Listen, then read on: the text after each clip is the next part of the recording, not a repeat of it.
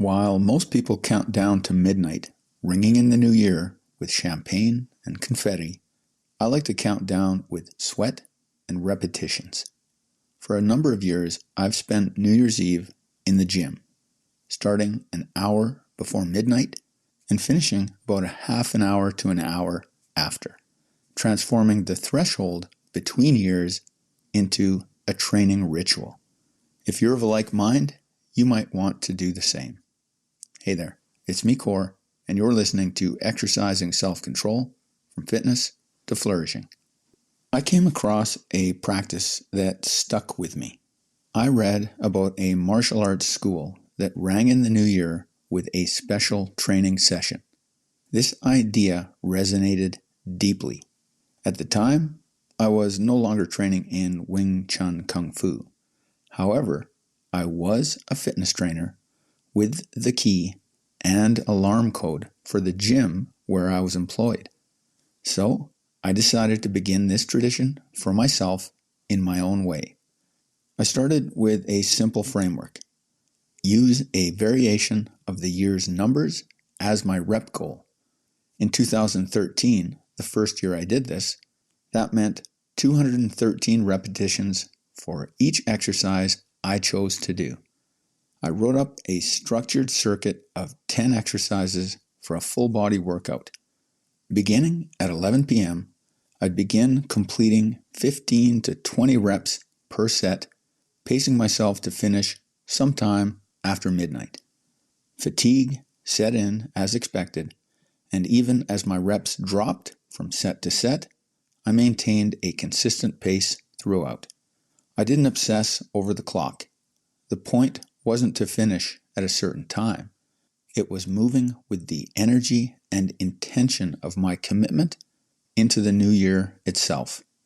Last year was a tough one. Aiming for 224 reps for 2024, I tried something different.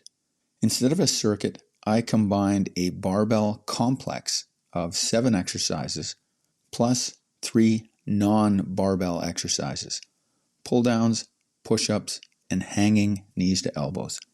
From the start, I discovered I'd been a tad ambitious with my weight selection for the barbell. Instead of the usual 15 to 20 reps per set, I had to start with 10 to 12 reps.